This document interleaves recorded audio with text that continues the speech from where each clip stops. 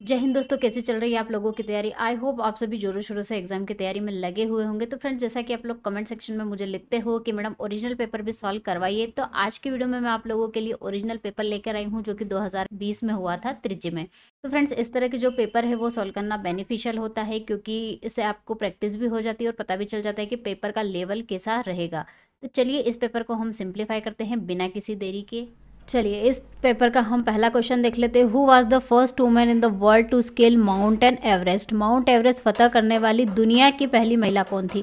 Friends, question को आपको ध्यान रखना है कि यहाँ पर दुनिया की सबसे पहली महिला पूछी है, तो वो कौन थी। जुंको तबई थी। और आप बछेंद्री पोल पर राइट क्लिक नहीं कर देना है, ये इसका आंसर नहीं है। बछेंद्री पोल अगर इंडिया की पूछी जाए कि इंडिया की फर्स्ट वुमेन कौन थी जिसने स्केल किया था माउंट एवरेस्ट, तो वो थी बछेंद्री पोल। तो इसका राइट आंसर होगा ऑप्शन 2, ना कि बछेंद्री पोल। चलिए नेक्स्ट क्वेश्चन है, the first Olympic games where held at. पहले ओलंपिक खेल कब आयोजित, कहाँ पर आयोजित किए गए थे फ्रेंड्स। ये एथेंस में किए गए थे। कहाँ कब किए गए थे। 1896 में एथेंस में, जो कि क्या है, ये ग्रीक की कैपिटल है, उसकी राजधानी। नेक्स्ट क्वेश्चन है, Panama canal join which of the two great oceans. Panama नहर किन दो महासागरों को जोड़ती है। तो कौन से दो महासागरों को फ्रेंड्स ये जोड़ती है। अटलांटिक और पैसिफिक ओशियन, यानी अटलांटिक महासागर और प्रशांत महासागर। नेक्स्ट क्वेश्चन है, birth place of Gautam Buddha. Gautam Buddha का जन्म स्थान कहाँ पर है। ये क्वेश्चन आपसे पूछा गया था। तो उसका जन्म स्थान फ्रेंड्स कहाँ पर है। लुम्बिनी, जो कि कहाँ पर है, नेपाल में। नेक्स्ट क्वेश्चन पूछा गया था friends, Chandipur is situated in which state. Chandipur किस राज्य में स्थित है। तो फ्रेंड्स ये किस राज्य में स्थित है। उड़ीसा में। इसका राइट आंसर होगा उड़ीसा, क्योंकि ये क्या है, एक तट है, एक बीच के रूप में फेमस है। नेक्स्ट क्वेश्चन फ्रेंड्स यहाँ पर रीजनिंग का पूछा गया 6 number question, find the next term in the series. ये सीरीज दे के रखी है और इसमें आपको नेक्स्ट टर्म बताना है। तो क्वेश्चन को अगर हम ध्यान से देखें तो डी के पहले एक वर्ड अल्फ़ाबेट आया है सी -1, सी के पहले बी, तो बी के पहले क्या आएगा, ए आएगा, मतलब एक एक कम होता जा रहा है। 8 के बाद 2 जोड़ा 10, 10 के बाद 2 जोड़ देंगे 12, 12 में अगर आप 2 जोड़ोगे तो कितना मिलेगा, 14। नेक्स्ट है ए बी सी, मतलब कुछ भी नहीं है, सिंगल अल्फ़ाबेट ही आ रहे हैं सीक्वेंस में ए बी सी। तो नेक्स्ट क्या होगा, डी। तो इसका राइट आंसर क्या होगा, A14 डी। चलिए नेक्स्ट क्वेश्चन पूछा गया था कि पॉलिश को इस तरह से लिखा जाता है, तो डिक को किस तरह से लिखा जाएगा। तो फ्रेंड्स पी के बाद पी के पहले, बाद में नहीं, पहले एक एम आया है, मतलब एम कितना, एम के बाद NOP, मतलब 3 का डिफरेंस, 3 पीछे जाना पड़ेगा। तो हम पीछे जाना है, बहुत मुश्किल होगा, तो हम इधर से इधर कर लेते हैं। एम में 3 अल्फ़ाबेट आगे जाओगे तो पी आएगा, एल के बाद N और M, N और O, ठीक है। तो इसकी कोडिंग हम ज़्यादा आगे नहीं करते हैं। इसमें क्या करना है, सिर्फ 3 अल्फ़ाबेट पीछे जाना है। तो हमें भी क्या करना पड़ेगा, ये जो हमारा कोडिंग है इसमें 3 अल्फ़ाबेट हमें पीछे जाना पड़ेगा। तो डी किसके पहले आता है, ए बी सी और डी। तो एक ए के पहले आता है, ए के बाद में 3 अल्फ़ाबेट छोड़ के डी आता है। आई के 3 अल्फ़ाबेट पहले कौन सा अल्फ़ाबेट आएगा, एफ जी एच और आई। जी की बात करें तो डी, डी के बाद ई एफ और जी, ये 3 अल्फ़ाबेट छोड़ के आ गए। तो हमें पीछे जाना पड़ेगा। पीछे जाना थोड़ा मुश्किल होता है, लेकिन इसकी कोडिंग इसी तरह से की गई। तो इसका राइट आंसर क्या होगा, AFD। नेक्स्ट क्वेश्चन पूछा गया था, A is older than B. A क्या है, बी से ओल्डर मतलब बड़ा है। सी बी से बड़ा है। सी क्या है, सी बी से बड़ा है। तो मतलब ए तो बी से बड़ा है ही है, लेकिन सी भी क्या है, बी से बड़ा है। तो इसके हम इस तरह से लिख सकते हैं कि ए सी और बी, और क्या, लेकिन ए से छोटा है। सी क्या है, बी से बड़ा है लेकिन ए से छोटा है। तो हम ये इक्वेशन इससे बना सकते हैं।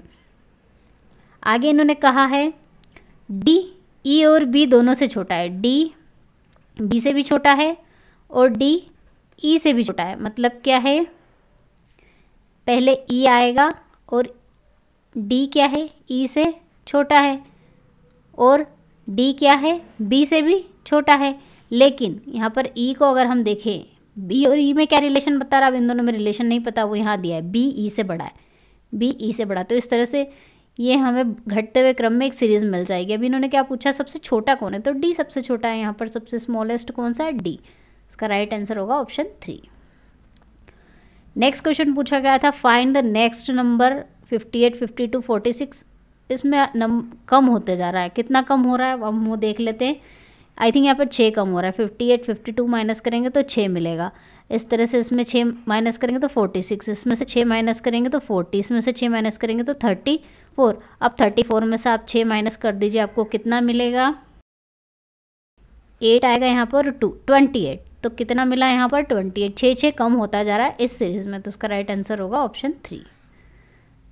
चलिए नेक्स्ट क्वेश्चन पूछा गया था introducing a man a women said his wife is only daughter of my father, how is the man related to the women. एक पुरुष का परिचय देते हुए महिला ने कहा कि ये पुरुष जो है, पी से डिनोट कर देते उसको मैं, ये पुरुष उनकी पत्नी, इस पुरुष की जो पत्नी है वो जो लेडीज़ है, लेडी दे के रखी है वुमेन, उसके पिता की इकलौती बेटी है।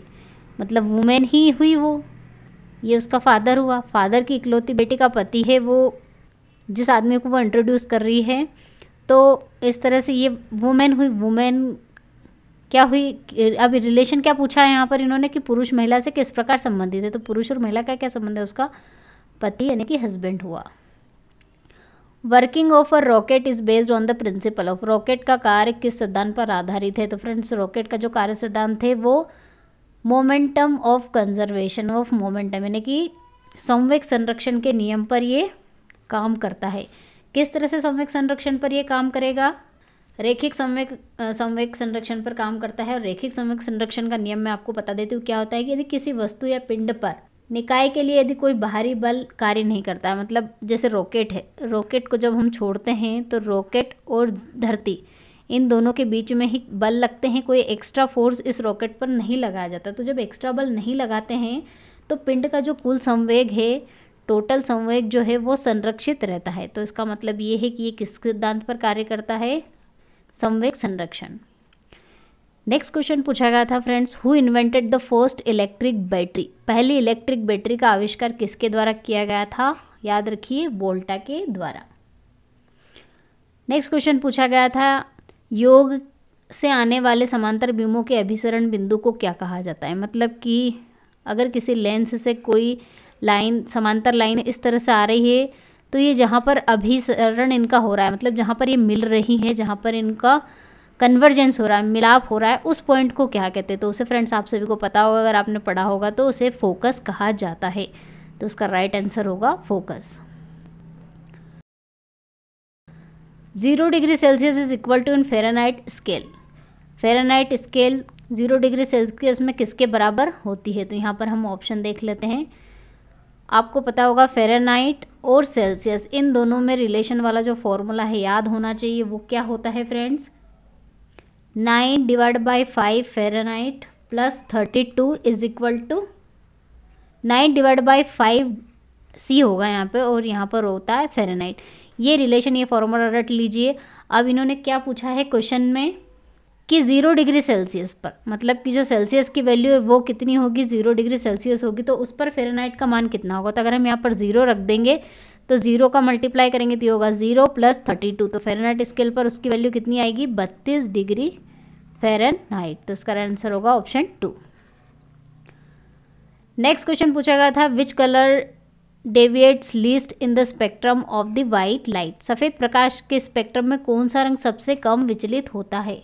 तो फ्रेंड जो प्रकाश का विचलन है वो किस पर निर्भर करता है? प्रकाश की तरंगदैर्घ्य पर। प्रकाश की तरंगदैर्घ्य जितनी ज़्यादा होगी, मतलब उसके इन्वर्सली प्रोपोर्शनल होता है, जितनी ज़्यादा होगी ये उतना ही उसका जो विचलन है वो कम होगा।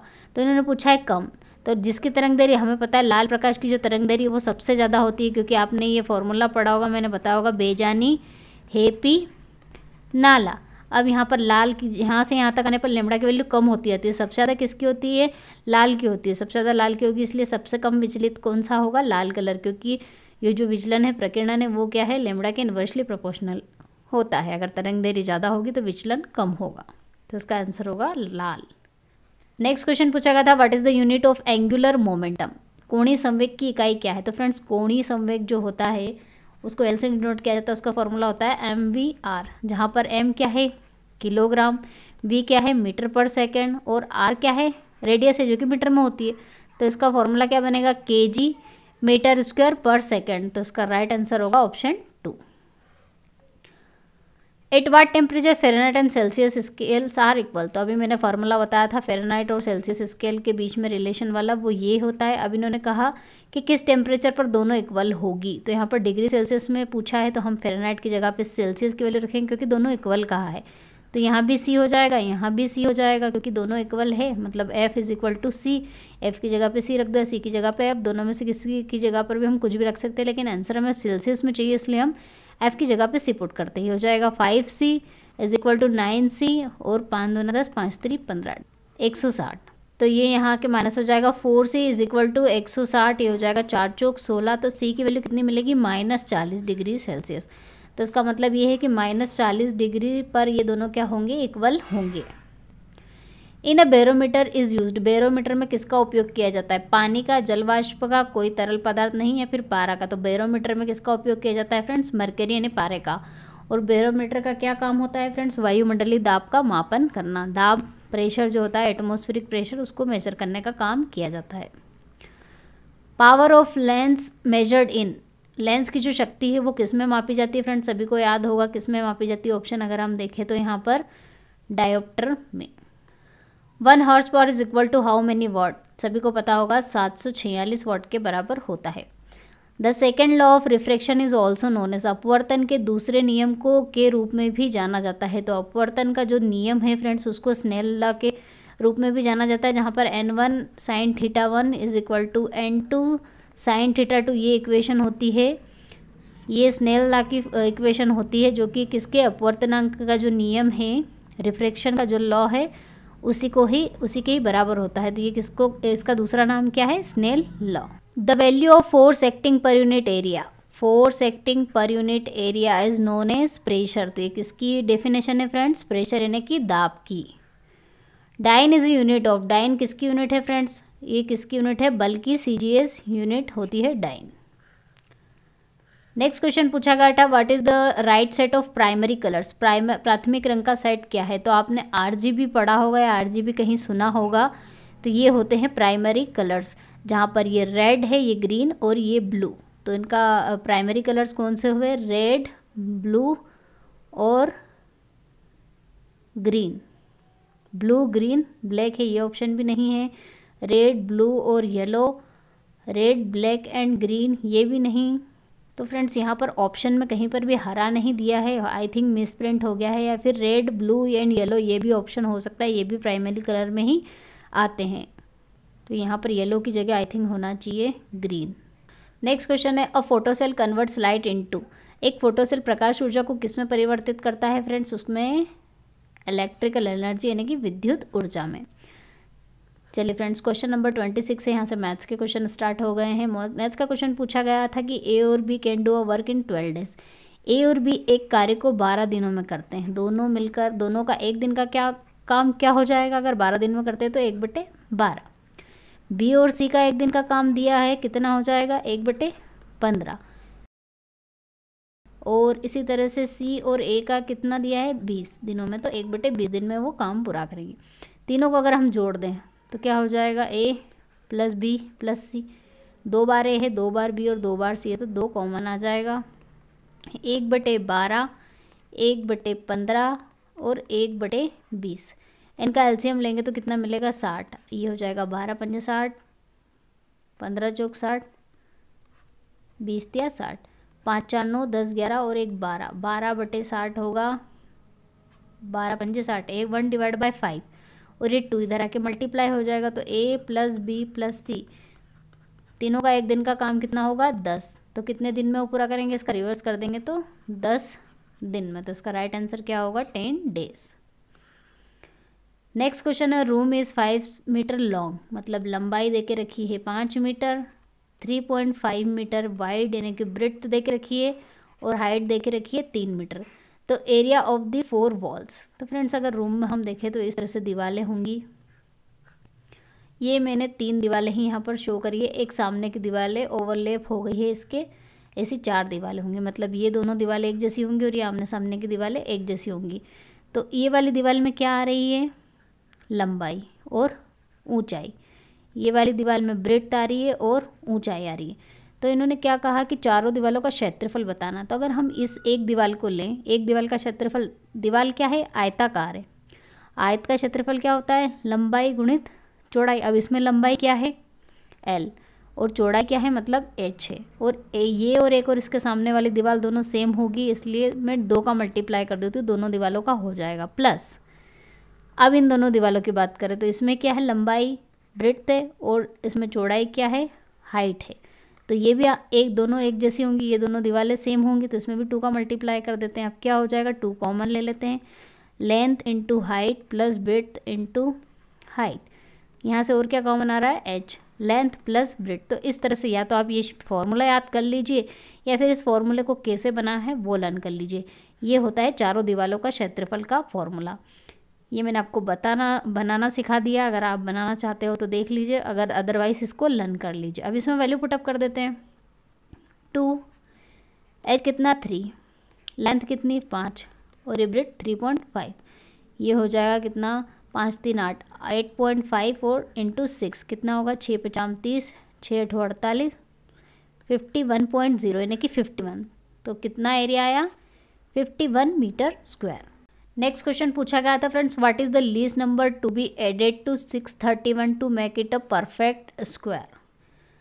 631 को पूर्ण वर्ग बनाने के लिए उसमें जोड़ी जाने वाली सबसे छोटी संख्या कौन सी होगी। तो फ्रेंड्स इसको करने की मैं एक ट्रिक बताती हूँ। 631 किसका परफेक्ट स्क्वायर है, मतलब ये परफेक्ट स्क्वायर है ही नहीं, इन्होंने क्वेश्चन में बोल दिया है कि इसको परफेक्ट स्क्वायर बनाना, तो इसमें कौन सा नंबर जोड़ाया घटाया जाए तो ये परफेक्ट स्क्वायर बन जाए। तो हमें पता है इसके आसपास वाला कौन सा परफेक्ट स्क्वायर होता है, 625 अगर आपको याद हो तो ये 25 का स्क्वायर होता है, और 625 जो होता है वो क्या है, 631 से छोटा है, लेकिन हमें 631 से छोटा नहीं, इससे बड़ा वाला नंबर। तो अगर हम 625 का स्क्वायर, अगर हम 26 का स्क्वायर करें तो वो कितना आएगा, तो वो अगर आप करोगे तो 676 आता है। तो 676 क्या है, इससे 625 से बड़ा नंबर है, तो हमें बड़ा नंबर मिल गया, हमें बड़ा नंबर ही चाहिए था।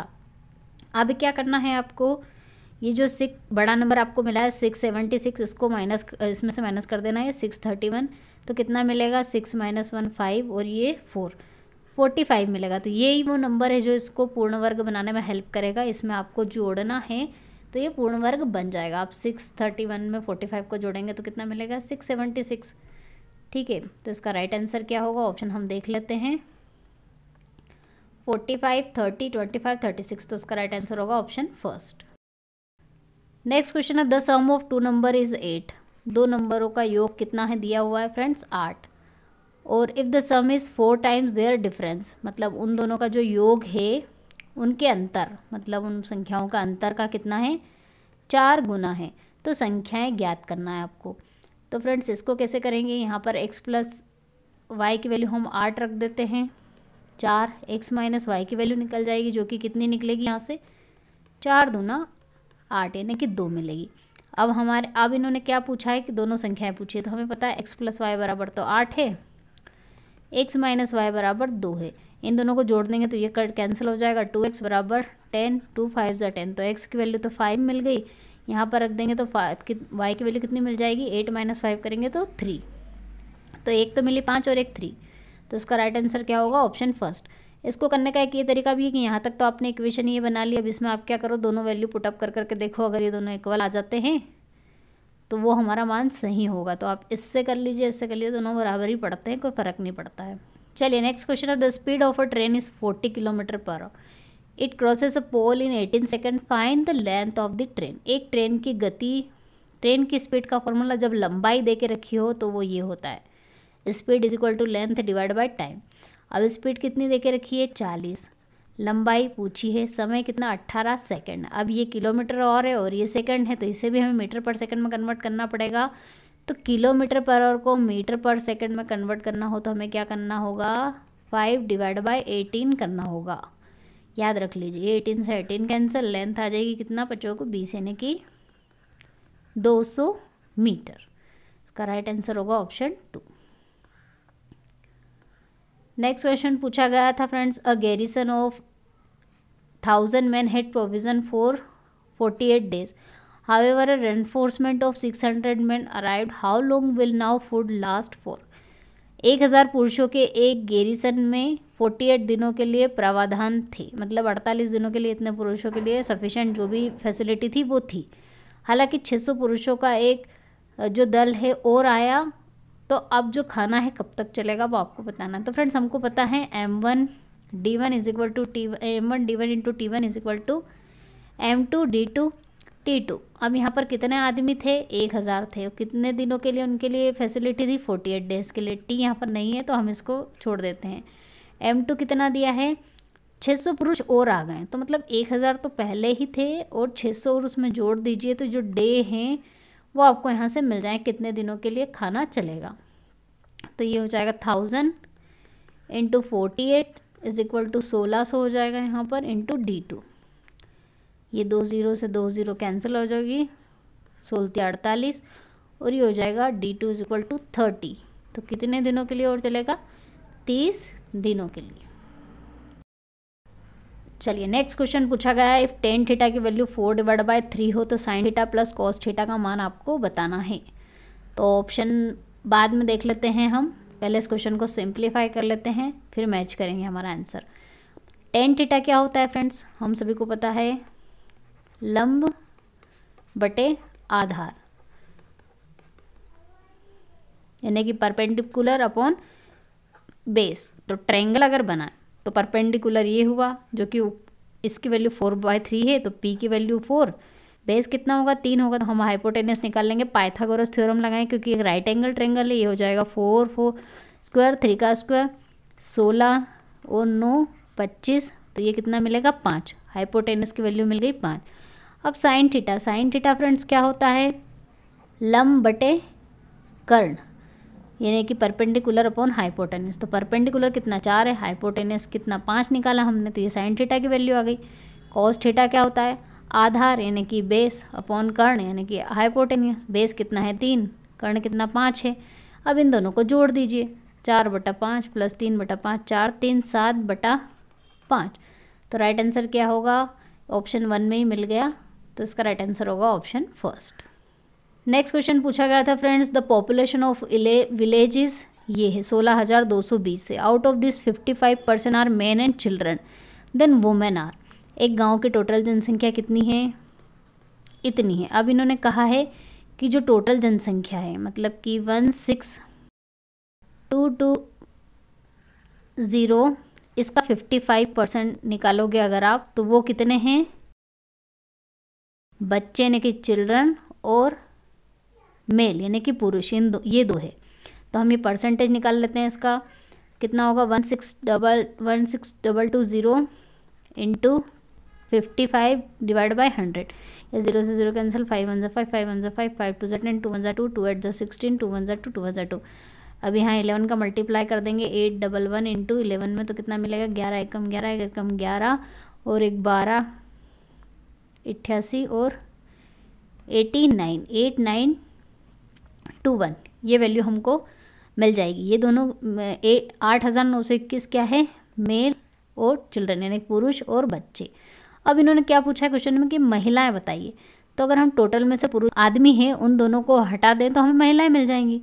तो माइनस कर दीजिए, 16,220 में से 8921 को माइनस कर देंगे तो महिलाएं मिल जाएगी। तो 10 - 1 9, ये मिल जाएगा कितना 9 और ये मिलेगा 2 और ये 7, 7,299। तो इसका राइट आंसर क्या होगा, ऑप्शन फर्स्ट, इतनी महिलाएं होंगी। नेक्स्ट क्वेश्चन पूछा गया था friends, find the sum of given arithmetic progression. Arithmetic जो प्रोग्रेशन दी है उसका आपको सम बताना है 15 टर्म तक। तो अर्थमेटिक प्रोग्रेशन यानी कि जो समांतर श्रेणी है उसमें सम का जो फॉर्मूला होता है वो आपको याद होना चाहिए, n divide by 2 into 2a plus n minus 1 into D. यहाँ पर n क्या है, कितने टर्म है, कितने टर्म तक सम निकालना है, 15। तो ये 15 डिवाइड बाई 2, 2a कितना है, फर्स्ट टर्म होती है a जो कि कितनी है 8 और कितनी 15 टर्म का बोला है। और d क्या होता है, इन दोनों के बीच का डिफरेंस। तो डिफरेंस कितना है 8 9 10 11, 3 3 का डिफरेंस है, तो ये 3 हो जाएगा। मतलब इसमें से इसको माइनस करेंगे 3, इसमें से इसको माइनस करोगे 3, ये होता है डिफरेंस d। चलिए इसे सिंप्लीफाई कर लेते हैं। 15 डिवाइड बाई 2 ये हो जाएगा 8 दूना 16, 15 में से गए 14, 14 तिया 42। अब 16 और 42 ऐड कर लीजिए, 6 और 2 8, 4 और 1 5, 58 डिवाइड बाई 2 इंटू 15, 2 2 ज़ा 4, 2 9 ज़ा 18, 29 का 15 मल्टीप्लाई करेंगे तो 5, ये हो जाएगा 5, ये 3 और ये 4, 435 मिलेगा। तो इसका राइट आंसर क्या होगा? 435। नेक्स्ट क्वेश्चन पूछा गया था, if the selling price is double the profit gets triple, find the profit percentage. यदि विक्रय मूल्य को दुगना कर दिया जाए तो लाभ तिगुना हो जाता है, तो लाभ प्रतिशत ज्ञात कीजिए। तो अगर हम ध्यान से देखें तो लाभ क्या होता है फ्रेंड्स? लाभ का फॉर्मूला होता है कि जो विक्रय मूल्य यानी कि सेलिंग प्राइस है उसमें से क्रय मूल्य को माइनस कर दीजिए, लाभ आ जाता है। तो यहाँ क्वेश्चन में कहा है कि किसको दुगना कर दिया जाए? विक्रय मूल्य यानी कि 2 ऑफ सेलिंग प्राइस कर दिया जाए तो जो प्रॉफिट है, प्रॉफिट कितना हो जाएगा? 3 गुना हो जाएगा। तो हमने ऐसा कर दिया। अब प्रॉफिट की जगह पे हम क्या रख सकते हैं? प्रॉफिट क्या होता है? Selling price minus cost price, और ये is equal to 2s p minus C P, तो दिया ही है। अब हम मल्टीप्लाई करेंगे 3 of S P minus 3 of C P is equal to 2 of S P minus 2 of C P. ये इधर आके माइनस हो जाएगा एस पी, ये इधर आके प्लस हो जाएगा। तो यहाँ पर ओनली सी पी है तो ये हो जाएगा इधर आके कितना? 2 सी पी। ये इक्वेशन मिल गई। अब इन्होंने क्या पूछा है? प्रॉफिट परसेंटेज यानी लाभ प्रतिशत। उसका फॉर्मूला क्या होता है? S P minus C P divide by C P into 100। तो हम एस पी की जगह पर 2 सी पी रख देते हैं, तो ये हो जाएगा 2 C P minus C P divide by C P into 100। ये 2 सी पी में से एक सी पी गया तो क्या मिला? सी पी, और सी पी से सी पी कैंसिल हो गया तो हमें कितना परसेंटेज मिला? 100%। तो इसका राइट आंसर क्या होगा? Option first. चलिए नेक्स्ट क्वेश्चन पूछा गया था, what least number must be subtracted from this number so that the some is completely divisible by 11। तो ये नंबर आपको दिया है, इसमें आपसे कौन सा नंबर घटाना चाहिए कि 11 से पूरी तरह से विभाज्य हो जाए। तो फ्रेंड्स 11 से विभाजित होने की कंडीशन क्या होती है कि जो इवन नंबर होते हैं, जैसे कि ये 2 और 2, 3 और 4, तो ये होते हैं इवन नंबर। इनमें से माइनस कर दीजिए आप ऑड नंबर को, और इनको माइनस करने पर अगर जो नंबर है वो आपका 11 से डिविजिबल होता है तो वो नंबर भी क्या होता है? 11 से डिविजिबल होता है। तो इवन नंबर कौन कौन से हैं? 4 और 1, इन दोनों का योग, माइनस ऑड नंबर कौन कौन से? 3 और 0, 3 प्लस 0, इन दोनों का योग को माइनस करना। तो 4 और 1 5 माइनस 3 कितना मिला? 2। तो ये नंबर पूरी तरह से डिविजिबल अगर होता तो वो क्या होता? 11 से विभाजित हो जाता है। ये 11 से विभाजन की ट्रिक होती है कि ये इस तरह से निकाला जाता है। अब 2 डिविजिबल नहीं है, मतलब 2 क्या आ रहा है? उसमें एक्स्ट्रा आ रहा है। तो इन्होंने वही नंबर पूछा है कि कौन सी न्यूनतम संख्या घटाई जाए ताकि ये पूरी तरह से विभाजित हो जाए। तो इसमें से कौन सा नंबर हम माइनस करेंगे? 3 4 0 में 1 में से अगर 2 माइनस करेंगे तो जो नंबर मिलेगा वो 11 से पूरी तरह विभाजित हो जाएगा। चलिए नेक्स्ट क्वेश्चन है, polygon has 5 diagonals then the number of side in polygon. एक बहुभुज के 5 विकर्ण हैं तो बहुभुज में भुजाओं की संख्या ज्ञात कीजिए। तो बहुभुज में विकर्णों की संख्या का फॉर्मूला क्या होता है? Is equal to n into n minus 3 divide by 2। ये होता है विकर्णों की संख्या का फॉर्मूला बहुभुज में। अब यहाँ पर n क्या होता है? भुजाओं की संख्या कितनी दे के रखी है? 5। ये विकर्णों की संख्या दे के रखी है, n तो पूछा है उन्होंने, विकर्णों की संख्या यहाँ पर दे के रखी है 5, n हमको पता नहीं है, n माइनस 3, ये 2 का अंदर मल्टीप्लाई कर दीजिए तो ये जगह 10, n का अंदर मल्टीप्लाई कर देते हैं n square minus 3n, n square minus 3n, और ये 10 इधर आके माइनस हो जाएगा। तो ऐसे नंबर ढूंढे जिनका मल्टीप्लाई करने पर 10 मिला, जोड़ने घटाने पर 3। तो n स्क्वायर ये कितना हो जाएगा? 5n प्लस 2n, इन दोनों को जोड़ेंगे तो माइनस का 3 मिलेगा, मल्टीप्लाई करेंगे तो माइनस का 10। यहाँ से n कॉमन आ जाएगा, n माइनस 5, यहाँ से प्लस 2 कॉमन आ जाएगा, n minus 5 is equal to 0। n की 2 वैल्यू मिलेगी -2 और 5, और भुजाएं कभी भी माइनस में होती नहीं है, इसलिए राइट आंसर क्या होगा? 5, यानी कि ऑप्शन फर्स्ट।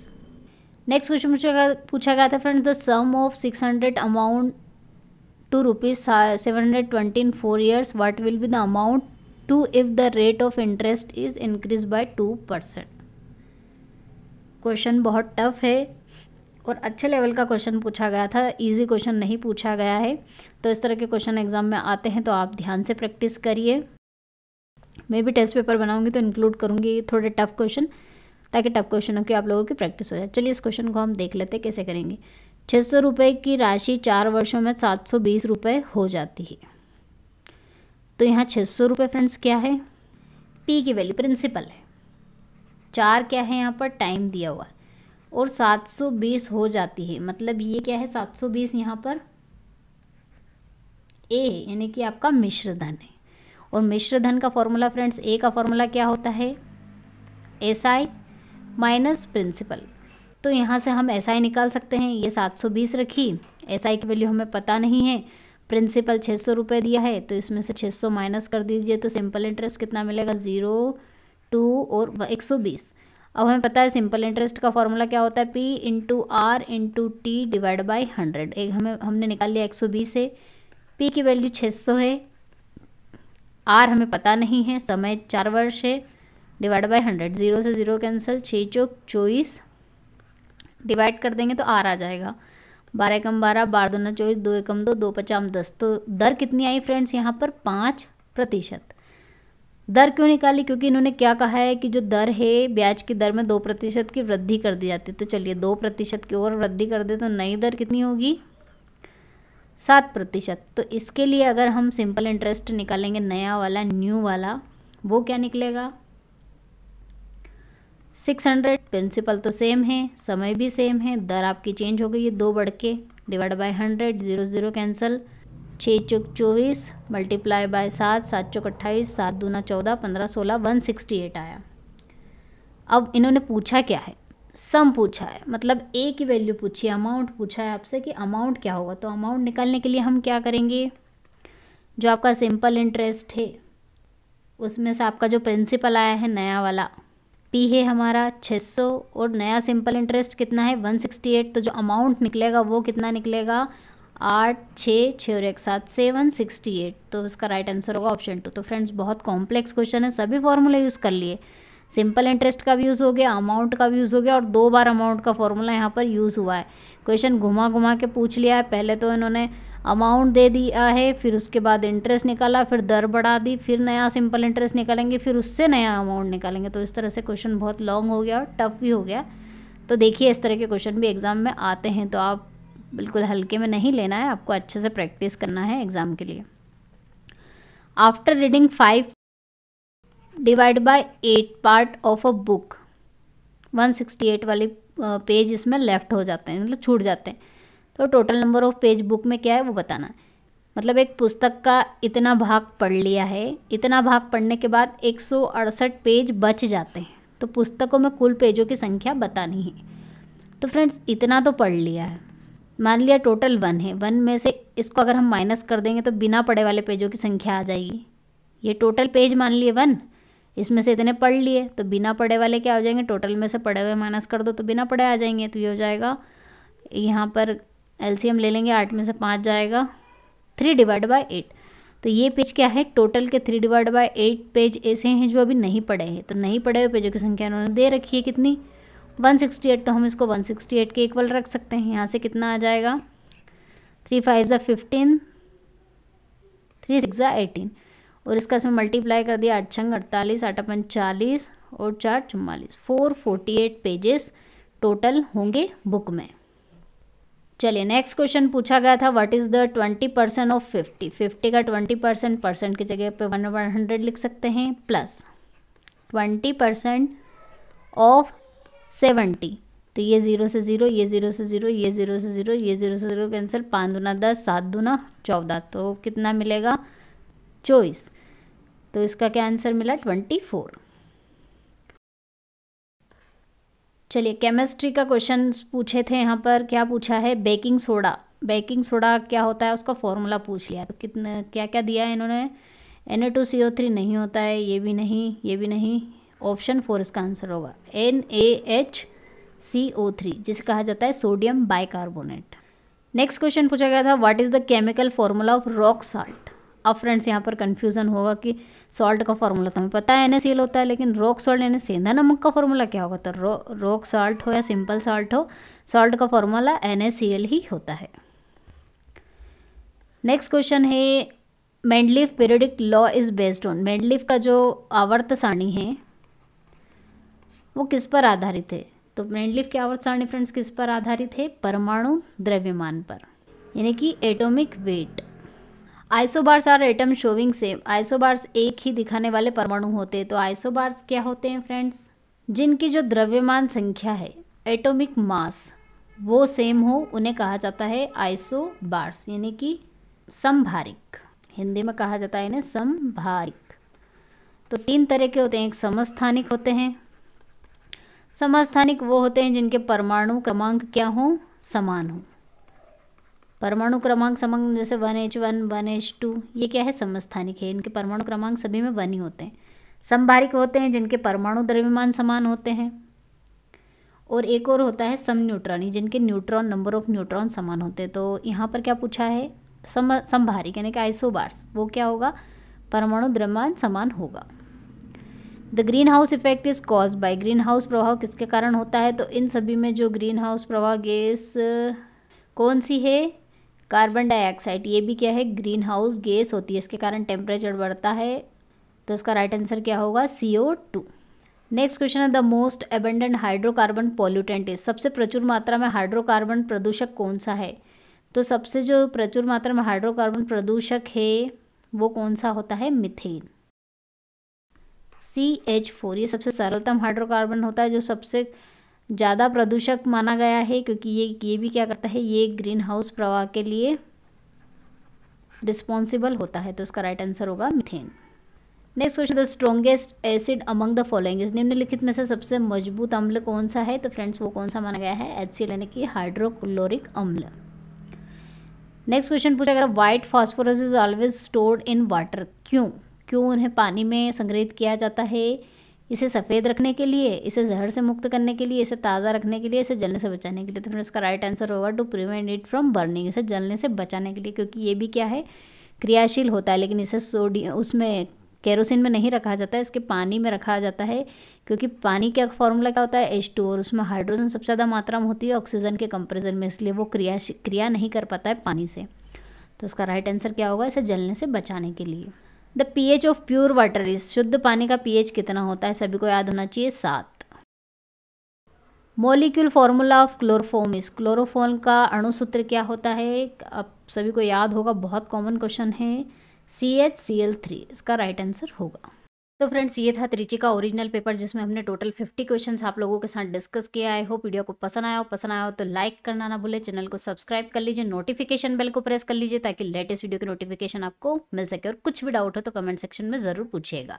मिलते हैं नेक्स्ट टॉपिक में नेक्स्ट वीडियो के साथ। तब तक के लिए जय हिंद, जय भारत, वंदे मातरम।